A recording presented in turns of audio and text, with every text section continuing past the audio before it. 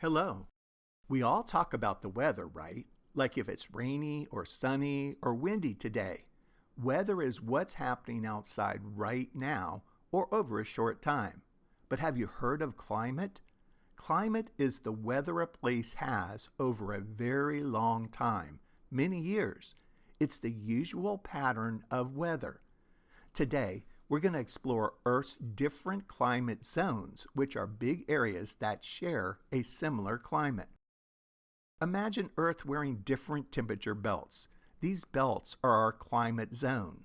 A climate zone is a large area of Earth that has a particular pattern of temperature and precipitation, like rain and snow, over a long period.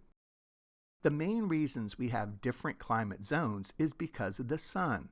The sun's rays hit different parts of the Earth at different angles. Near the equator, the sun's rays hit more directly, making it warmer. Near the North and South poles, the sun's rays hit at a slant, spreading the heat out over a larger area, which makes these areas much colder. Let's start with the warmest zone. The tropical zone is located near the equator, between the two imaginary lines called the Tropic of Cancer and the Tropic of Capricorn. It's usually hot all year round in the tropical zone. There isn't really a cold winter here. Many tropical areas get lots of rain. This is where you'll find amazing rainforests with tall trees, colorful birds, and lots of different animals like monkeys and jaguars. You can also find savannas, which are grassy plains with some trees, home to animals like lions, zebras, and giraffes. Next, we move away from the equator to the temperate zones. There are two temperate zones, one in the northern hemisphere, above the tropical zone, and one in the southern hemisphere, below the tropical zone. Many of us live in a temperate zone. These zones have a wider range of temperatures. They aren't usually super hot all year or super cold all year. This is the zone where you generally get 4 distinct seasons: warm summers, cool falls, cold winters, and mild springs.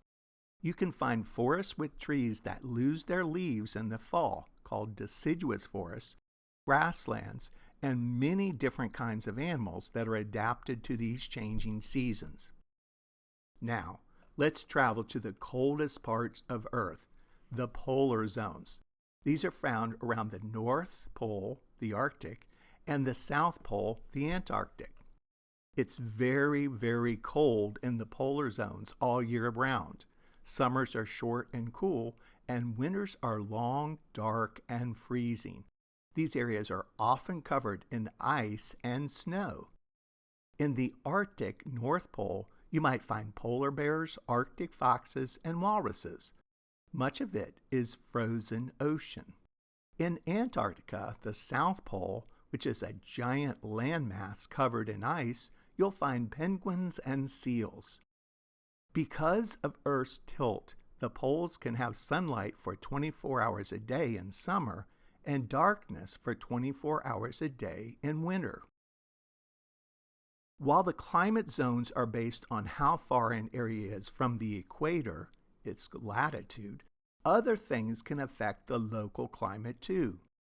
High mountains can be much colder than the areas around them. Mountains can also block rain, making one side wet and the other side dry. Large bodies of water like oceans can make the climate of nearby land milder, not too hot in the summer and not too cold in the winter. Ocean currents can also move warm and cold water around, affecting climates.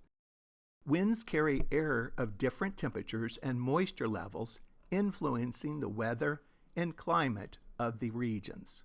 So Earth has these amazing climate zones: tropical, which is often hot and rainy; temperate, which has 4 distinct seasons; and polar, which is very cold and icy.